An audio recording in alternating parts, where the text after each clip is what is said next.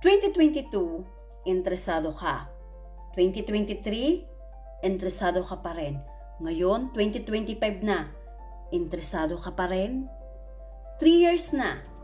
At may iba na nag-start ako 7 years ago, hanggang ngayon, interested pa rin. Ang daming tanong, legit ba yan? Safe ba yan? May ROI ba yan? Pero habang nagtatanong ka, ang iba, nagsimula na. Walang mali sa pagiging maingat, pero kung 7 years or 3 years ka nang nag-o-observe, aba, hindi na yung caution. Takot na yan. Hindi mo kailangang maging expert para magsimula. Ang kailangan mo, magdesisyon. Kasi habang buhay kang nagmamasid, lalampas sa'yo ang opportunity. Huwag mong hayaang maunahan ka ng next time mo. Tama na ang pagiging interested lang.